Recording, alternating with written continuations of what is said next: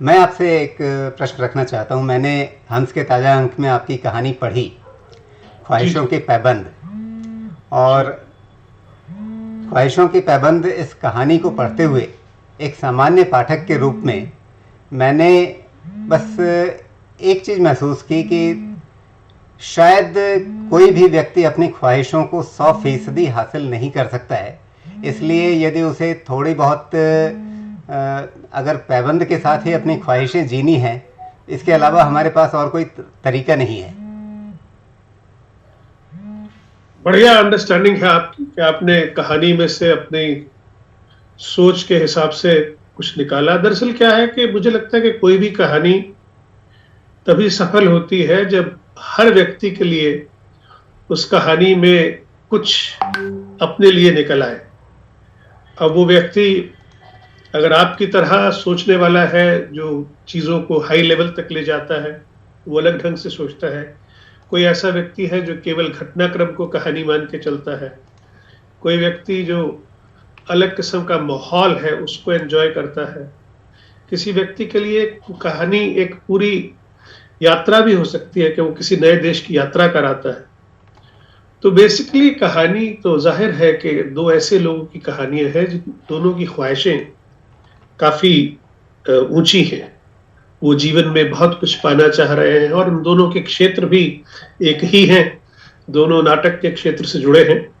और ब्रिटेन में क्योंकि नाटक एक बहुत एडवांस्ड कला है, तो यहाँ के जो लोग नाटक से जुड़ते हैं वो एक अलग किस्म की दुनिया में रहते हैं। वो हालांकि ये लोग दोनों हैं, ये नाटक के क्रिटिक हैं, ये नाटक के कलाकार नहीं हैं।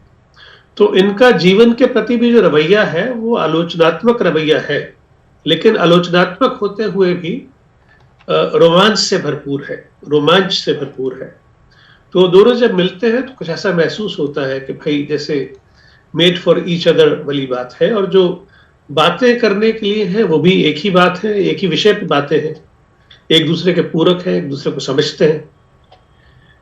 तो वहां जब प्रेम होता है, और जब जो हमारी नायिका है उसे पहले प्रेम का बहुत अजीब सा अनुभव था, कोई सुखद अनुभव नहीं था, तो वो जब अपने इस नए प्रेमी को पाती है तो वो बहुत सपने देखने लगती है। उसकी ख्वाहिशें जो हैं बहुत ज़्यादा बढ़ जाती हैं और वो उसकी पूरी तैयारी करती है। और क्योंकि ब्रिटेन का कल्चर है इस कहानी में, तो जो कैरेक्टर्स हैं उनकी सोच ब्रिटिश है, उनकी सोच भारतीय नहीं है। वो जीवन के बारे में उस एंगल से देखते हैं जिस एंगल से कोई भी वाइट ब्रिटिश देखेगा। और मैं हमेशा कहा करता हूं कि अगर आप किसी देश में प्रवासी हैं तो आपकी पहली स्थिति ये है कि आप वहां से नॉस्टैल्जिया लिखते हैं। दूसरी स्थिति ये है कि आप अपने अपनाए हुए देश को एक बाहरी व्यक्ति की तरह देखते हैं। और तीसरी स्थिति ये होती है कि आप ठीक वैसे ही सोचने लगते हैं जैसे वहां के लोकल लोग सोचते हैं। तो ये जो मेरे कैरेक्टर्स हैं इसलिए सोच पाते हैं कि अब मैं 23 साल से ब्रिटेन में रहता हूं। उससे पहले 21 साल पूरी दुनिया की यात्रा करता था एयर इंडिया के क्रू मेंबर की तरह। तो मैं इन लोगों की मानसिकता को समझ पाया, और इनकी मानसिकता अंग्रेजी है, केवल भाषा जो है कहानी की वो हिंदी है। सबसे पहले तो सर मैं धन्यवाद ही कहूंगी आपका कि मैं तेजेंद्र शर्मा सर के साथ मैं बातचीत कर पा रही हूँ, क्योंकि मुझे नहीं पता था कि जो कहानी मेरी इतने सालों से मेरी प्रिय थी उसके कहानीकार तेजेंद्र सर है। जो और बहुत बहुत खूबसूरत कहानी है वो, कोख का किराया। तो सर ने शायद बहुत पहले लिखी होगी। शायद संबंधों को समझना।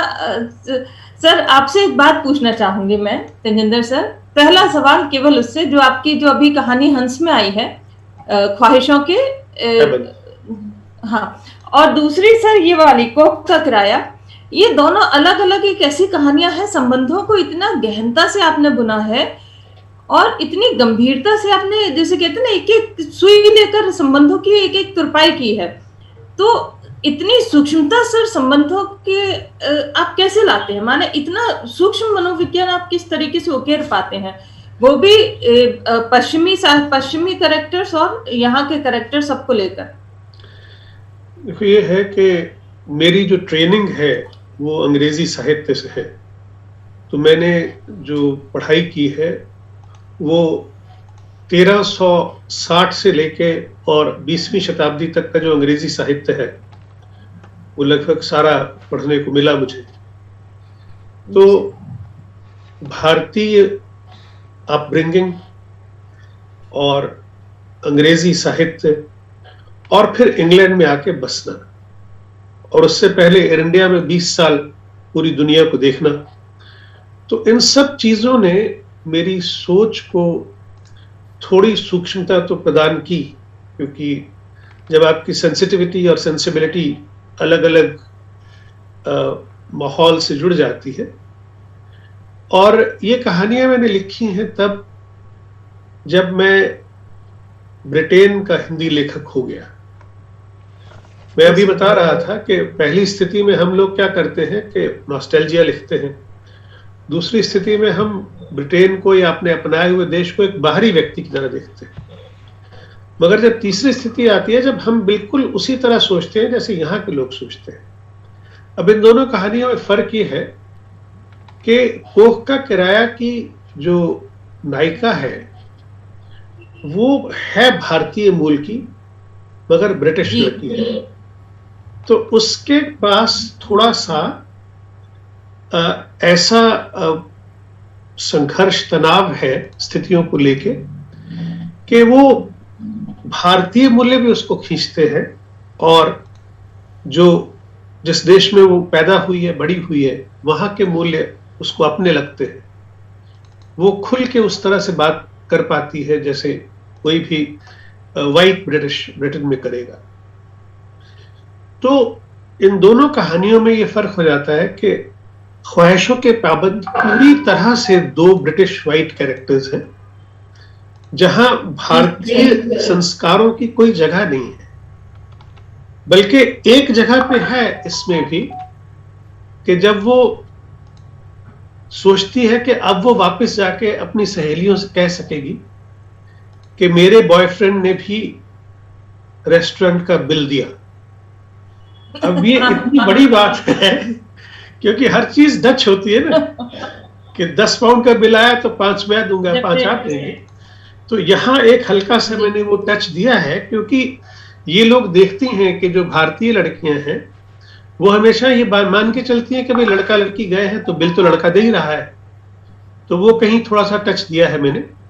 इसी तरह से जो कोख का किराया है उसमें दोनों लड़कियां भारतीय हैं, और उन दोनों लड़कियों में मैंने फर्क दिखाया है। जो फुटबॉलर बीफी डेविड की जो बीवी है वो भी भारतीय मूल की है, मगर उसकी वैल्यूज अलग हैं। मगर जो मैनी है जो कोख अपनी किराए पे देती है उसकी वैल्यूज बिल्कुल अलग है। तो इन दोनों की वैल्यूज को समझने की कोशिश की मैंने कि जब दो भारतीय मूल की लड़कियां ब्रिटेन में रह रही हैं, यहीं पढ़ी बली हैं, तो उनके किस तरह से आपस में कॉन्ट्रास्ट है कैरेक्टर का। और जो मैनी की भावनाएं हैं वो प्याज की परत की तरह एक एक करके बाहर आती है, क्योंकि वो चाह रही है कि सब कुछ नेचुरल तरीके से हो जाए, क्योंकि वो मन ही मन बीफी डेविड को चाहती है।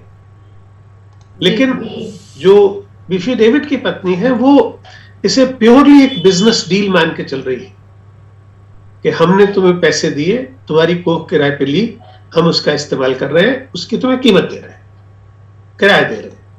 तो किस तरह से दो कैरेक्टर्स एक ही सिचुएशन को अलग अलग ढंग से सोच रहे हैं, और कैसे, देखिए पति दोनों के विदेशी हैं, पति दोनों के वाइट ब्रिटिशर हैं, एक का रेलवे ड्राइवर है, एक का फुटबॉल प्लेयर है। तो किस तरह से जो हमारे निर्णय हैं वो हमारे घरेलू संबंधों को इफेक्ट करते हैं। आज हम T17 खेल रहे हैं, 17 मिनट थे और अब 10 मिनट बाकी हैं, तो तुम आज अपना जल्दी से दूसरा सवाल पूछ लो। एक तो सर मुझे याद है कि मैंने एक बात सुनी थी कई साल पहले, 2-3 साल हो गए शायद, इसमें पुस्तक मेले में आपने एक बहुत अच्छा उदाहरण दिया था यथार्थ का, कि कहानियों में हमें कितना यथार्थ डालना चाहिए। और क्या कि आपने उसमें बताया था कि किसी की कहानी आपने पढ़ी तो उसमें वो शताब्दी ट्रेन में वो खिड़की के किनारे सिगरेट पी रहा है। तो ये सर मैं जानना चाहूंगी कि ये जो नए लोग इतनी ऐसी बेवकूफियां करते हैं, तो क्या वो उसकी, मैं चाहूंगी कि आप थोड़ा सा सर नए कथाकारों को बताएं कि कहानी में यथार्थ कितना हो, और माने कि किसी भी स्थिति को वो कैसे देखे, तथ्य और कल्पना उसका वो किस तरीके से वो समावेश करें। देखो सोनाली, सबसे बड़ी बात तो यह है कि कहानी जो है वो घटना तो होती नहीं है। तो घटना में जब तक लेखक की कल्पनाशीलता और उद्देश्य नहीं जुड़ते तो कहानी बनती नहीं। तो कल्पना तो बहुत जरूरी है, मगर यथार्थ के धरातल पर कल्पना से की उड़ान होनी चाहिए। जैसे हम कोई भी चीज उसमें लिखें तो उससे पहले उस पर शोध जरूर करें। हिंदी साहित्य में सबसे बड़ी समस्या क्या है? 90% लेखन रिश्तों को लेकर है। बहुत कम संजीव जैसे लेखक हैं जो बाकायदा शोध करते हैं। अब देखिए, अगर मैं बनारस के उन घाटों के बारे में बात करूं जहां मुर्दे 24 घंटे जलते चले जाते हैं, तो जब तक मैं वहां जाके वहां की सारी बातें समझ ना लूं, जब तक मुझे पता ना चले कि उन लोगों की सोच क्या है जो वहां पे खड़े लाशें जला रहे हैं, वो क्या सोचते हैं, जब तक मैं उनके भीतर तक पहुंच ना जाऊं, तब तक मुझे कहानी नहीं लिखनी चाहिए। जैसे मुझे एक कहानी लिखनी थी, जमीन भुरभुरी क्यों है। उसमें सी क्लास ओपन जेल का जिक्र है। मैं उसके लिए ब्रिटेन की सी क्लास ओपन जेल देखने के लिए गया कि वो जेल कैसी होती है। उस जेल में जब लोगों को मिलना होता है तो वो किस जगह पे मिलते हैं, कैसे मिलते हैं। तो मुझे पता चला कि वहां पे जेल इस तरह से है कि हर कैदी का एक कमरा है और उस कमरे की चाबी कैदी के ही पास है। वो अपना सुबह जब निकलेगा एक्सरसाइज के लिए, नहाने के लिए, ब्रेकफास्ट के लिए, वो चाबी से खुद ही दरवाजा खोलेगा, खुद ही बंद करेगा। वो वहां पे एक इंडिपेंडेंट जीवन बिताएगा, क्योंकि वो मर्डरर नहीं है। उसने फाइनेंशियल कुछ इम्प्रॉपर की है, कुछ गबन किया है, तो इस वजह से वो जेल में है। लेकिन उस जेल में उससे कुछ नया सिखाया जाएगा। जैसे मेरे कैरेक्टर को माइक्रोसॉफ्ट ऑफिस सिखाते हैं, उसे टोकरी बुनना सिखाते हैं। तो ये सब मैंने जाके वहां सीखा। और फिर जब ये लोग मिलते हैं वहां पे, तो किस तरह मिलते हैं प्रेमी। जब प्रेमी जेल में है, प्रेमिका आई है, तो उनका मिलने का स्टाइल क्या है, उनकी बातचीत क्या है, उनकी बातचीत का लेवल क्या है। और जो भारतीय मूल का व्यक्ति उस जेल में है, वो और उसकी पत्नी की बातचीत क्या है। और जब 18 महीने के बाद पति because of a discipline life, अनुशासित जीवन जीता है और समय पे खाता पीता है और अच्छा खाना खा रहा है वहां पे जेल में, वो 18 महीने में 10 साल जवान होकर वापस आता है। इन 18 महीनों में जो पत्नी है वो 10 साल बूढ़ी हो जाती है, बिकॉज वो घर के सारी जिम्मेदारियां चला रही है। तो कहानी के अंत में उसका सवाल शीशे से ही है कि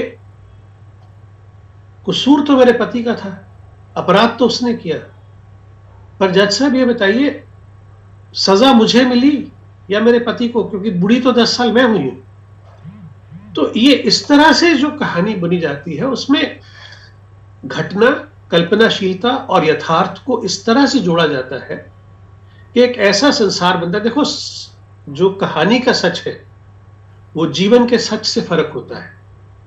जीवन के सच को किसी प्रूफ की जरूरत नहीं, क्योंकि वो सच है। कहानी का जो सच है उसे केवल पॉसिबल नहीं लगना चाहिए, प्रोबेबल भी लगना चाहिए। अगला सवाल सर मैं आपसे पूछूंगी, बहुत इम्पोर्टेंट है कि आजकल हम लोग सोशल मीडिया पर भी देखते हैं और बाकी भी जगह देखते हैं, एक हम लोग लेखन और विचारधारा कि एक खास विचारधारा का ही काफी समय तक प्रभुत्व रहा और अभी भी है, अभी वो लोग कोशिश करते हैं। तो ऐसे में एक अगर दूसरा एक विचार है तो उसके विचारों वाला लेखक कैसे अपना स्थान बनाए, क्या वो आलोचकों की कितनी परवाह करे या केवल अपने लेखन की तरफ ध्यान दे। और विचारधारा और लेखन में कितना घालमेल होना चाहिए और कितना बचा रह जाना चाहिए, तथ्यों के साथ कितना विचारधारा के आधार पर छेड़छाड़ ना हो, इसको सर आप और थोड़ा सा स्पष्ट कीजिए सर। सोनाली, पूरी दुनिया का जो महानतम लिटरेचर है वो किसी विचारधारा के तहत नहीं लिखा गया था, क्योंकि महाभारत के सारे कैरेक्टर लार्जर देन लाइफ हैं, रामायण के सारे कैरेक्टर लार्जर देन लाइफ हैं, शेक्सपियर के सारे कैरेक्टर लार्जर देन लाइफ हैं, मिल्टन के सारे कैरेक्टर लार्जर देन लाइफ हैं। तो मतलब ये है कि ये जो विचारधारा वाला मामला है ये बहुत नया है, ये पुराना नहीं है। पुराने साहित्य में वैल्यूज थी और वैल्यूज की वजह से ये था कि जितने भी लार्जर देन लाइफ कैरेक्टर होंगे उनको देखकर आम आदमी कुछ ना कुछ नया सीखेगा, कुछ वैल्यूज सीखेगा। जब राम आदर्श राजा हैं, जब कृष्ण कर्म का सिद्धांत प्रतिपादित करते हैं, तो हर आम आदमी उससे कुछ ना कुछ सीखता है। मगर हुआ क्या कि एक आयातित विचारधारा को हमारे समाज पे थोप दिया गया। उसका हमारे समाज से कोई डायरेक्ट कनेक्शन था नहीं, और ये हम भूल गए कि विचारधारा के दबाव के तहत आप पैम्फलेट तो लिख सकते हैं, बना सकते हैं, साहित्य नहीं रख सकते। साहित्य भीतर से प्रस्फुटित होता है, तो विचार जो है वो भीतर से बाहर आता है, विचारधारा जो है वो बाहर से थोपी जाती है। इस विचारधारा के चक्कर में हिंदी साहित्य के बहुत टुकड़े हो गए। कोई महिला लेखन हो गया, कोई दलित लेखन हो गया, कोई पहाड़ी लेखन हो गया, आदिवासी लेखन हो गया, और नारेबाजियां बहुत ज्यादा आ गई साहित्य के अंदर। जबकि साहित्य को नारेबाजी से बचाना बहुत जरूरी है। हम बात कहें और उसे नाजुकी से कहें। जो बात कही जाए वो डंडे की तरह ना कही जाए, वो साहित्य नहीं कहलाएगा। साहित्य में बारीकी बहुत जरूरी है, साहित्य में खूबसूरती बहुत जरूरी है, शब्दों की भी और स्थितियों की भी और प्रेजेंटेशन की भी। मेरे ख्याल है समय हो गया। Is it? अभी है? अभी और बात हो सकती है। तो इसीलिए मैं ये कहता हूं कि साहित्य को विचारधारा के दबाव में नहीं लिखा जाना चाहिए, पहली बात। और दूसरी बात, ये कंपल्शन नहीं होना चाहिए कि हर आदमी एक ही तरह लिखे। अगर हर आदमी एक ही तरह लिखेगा तो साहित्य में वैरायटी कैसे होगी? हर कहानी एक सी लगेगी। डेफिनेटली। एक जो सर ये नए लेखकों पर, माने मुझ पर तो खैर नहीं, बाकी जो मैं नए लोगों को देखती हूँ, नए लेखकों पर एक आलोचकों का एक थोड़ा दबाव रहता है। तो अभी हम लोग जैसे देखते हैं कि लेखन जो है वो या तो आप इस गुट में है या उस गुट में है, इसका आलोचक अलग, उसका आलोचक अलग। तो नया लेखक किस तरीके से आलोचकों से मुक्त होकर लिखे, एक थोड़ा सा सर इसके बारे में भी आप अगर समझाएं तो। मेरे ख्याल है हर नए लेखक को मेरा जीवन पढ़ना चाहिए, क्योंकि मैं किसी गुट का नहीं हूं। मैं किसी गुट का नहीं हूं, मेरे पे कोई गुट मेहरबान नहीं था कभी भी। मुझे हमेशा बाहर रखा गया। मैंने जब हिंदी लिखनी शुरू की तो मुंबई में रहता था, तो मैं ना तो वामपंथी था ना तो राइट विंग का था, किसी का नहीं था। मैं अपने आप लिखता था, जाके किताब देता था, छपती थी। और मजेदार बात यह है कि मुझे सब ने छापा। मुझे अखबारों ने भी छापा, पत्रिकाओं ने भी छापा, धर्मयुग ने भी छापा, हंस ने भी छापा, हर जगह छपा। कोई मुश्किल नहीं हुई। तो ये है कि आप केवल लिखिए, अगर आप अच्छा लिख रहे हैं ना तो वो छपेगा। दूसरी बात, आप लोग कभी भी ना बढ़ाई से खुश ना होइए और आलोचना से परेशान ना होइए। मुझे आज भी ऐसे लोग मिलते हैं जिनके बारे में मैं सुनता हूं कि उन्होंने कहा तेजेंद्र शर्मा को कहानी लिखनी नहीं आती। मैं कहता हूं कोई बात नहीं, सीख लूंगा, कभी तो आ जाएगी ना। आज नहीं आती, कभी आ जाएगी। लेकिन अगर मैं उनकी बात को लेके बैठ जाऊं तो मैं कभी लिख नहीं पाऊंगा। मेरा एम कभी भी किसी आलोचक को खुश करना नहीं रहा। मैंने किसी आलोचक के लिए कहानी नहीं लिखी। मैंने कभी नहीं चाहा कि अमुक लेखक मेरी तारीफ करे। मैं लिखता रहा, छपता रहा। मैं 23 वर्ष से भारत से बाहर बैठा हूं। छपने की बहुत परेशानियां होती थी उन्होंने, जब पहले ईमेल नहीं था, तो जब हार्ड कॉपी पोस्ट करनी पड़ती थी, 1.25 पाउंड 1 मिनट का टेलीफोन होता था, उस जमाने से भेज रहे हैं। तो ये सिर्फ दिमाग में बैठा लीजिए कि मुझे लिखना है। जब आप अच्छा लिखेंगे वो अपने आप पहुंचेगा, और जब वो पहुंचेगा तो उसकी तारीफ होगी, और जब उसकी तारीफ होगी तो जाहिर है कि आपको एक्सेप्टेंस मिलेगी। एम आलोचक को खुश करना नहीं, और आपका कंपटीशन केवल आपसे है कि आपकी अगली कहानी आपकी पिछली कहानी से बेहतर हो, बस, इससे ज्यादा कुछ नहीं। जी सर। और सर अभी देखते आजकल हम लोग देख रहे हैं कि जो लेखक हैं, आजकल लेखक कम एक्टिविस्ट ज्यादा हो गए हैं, तो उसके बारे में भी सर केवल 2 अगर आप कुछ कहना चाहें कि मतलब एक्टिविज्म, तो देखिए एक्टिविज्म नहीं होगा तो लेखन नहीं होगा, लेकिन वो एक्टिविज्म सरकार के पक्ष में है या विपक्ष के मतलब सरकार का तो विपक्ष है ही, लेकिन क्या होता है कि जो लेखकीय एक्टिविज्म है वो विपक्ष के पक्ष में जाकर खड़ा हो जाता है बजाय जनता के पक्ष में। तो ये जो कहाँ समझने में भूल हो रही है कि क्या है सर ये, और थोड़ा सा वो कि मुद्दों की लड़ाई एक्चुअली ईगो की लड़ाई बनी जा रही है।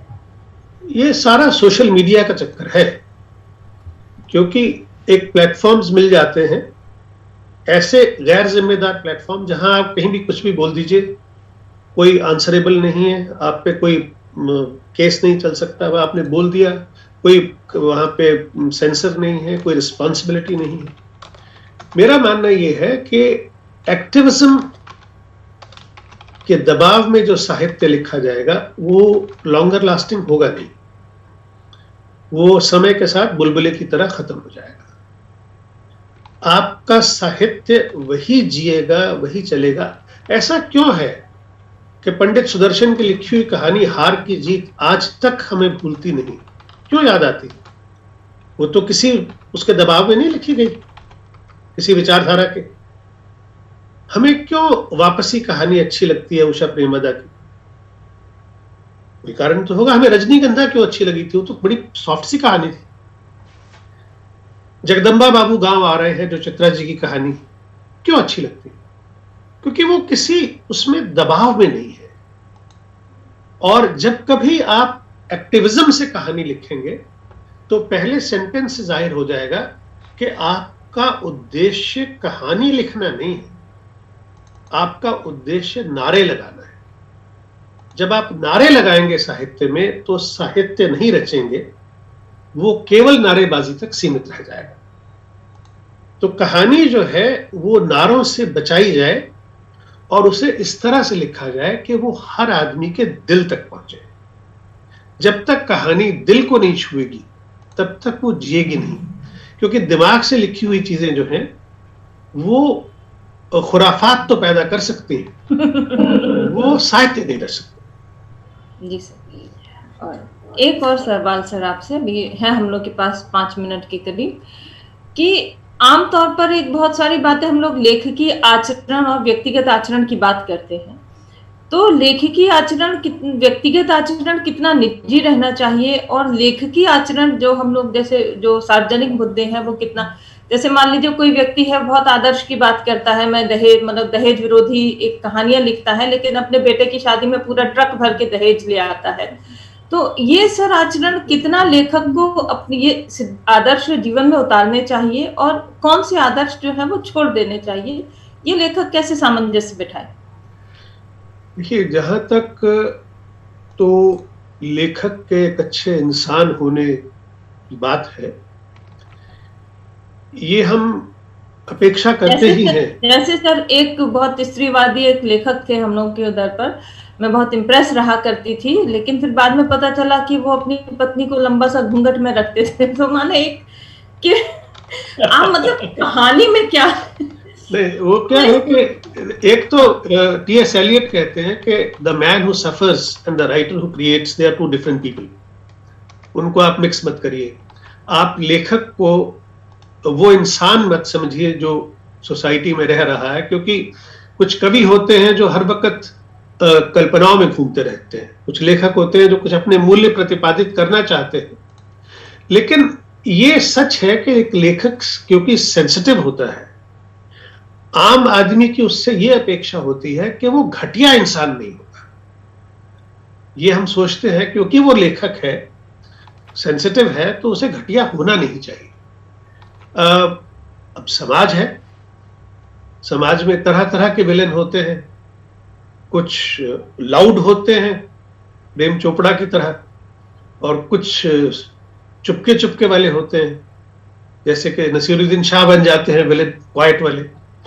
तो ये डिपेंड करता है कि वो किस तरह के हालात से जी रहे हैं। मगर एक्सपेक्ट हम यही करते हैं कि जो हम शोर मचाएं जिस चीज को लेके, जिस चीज के बारे में हम कहें, जैसे बहुत से ऐसे महिला लेखक भी हैं जो जिनका लेखन बहुत बोल्ड होता है, मगर हम देखते हैं कि वो असली जीवन में उस तरह का जीवन नहीं जी रहे हैं। जैसे नीना गुप्ता ने बहुत अच्छी बात कही पीछे, मैं उसकी तारीफ करता हूं। उसने कहा कि मैंने अपने जो निर्णय लिए थे जीवन में, मैं नहीं चाहती कि मेरी बेटी उसी तरह के माहौल से गुजरे, क्योंकि ये मेरे अनुभव मुझे बताते हैं कि मैं ठीक नहीं थी। तो वो नहीं चाहती कि मसाबा उस सब से गुजरे जिससे नीना गुप्ता खुद गुजरी। ये वो महिला है जिसने अपनी एक्शन से सीख ली। वो अब ये नहीं कह रही कि वो जो मैंने किया था मैं उस पर आज भी खड़ी हूं और ये सब होना चाहिए।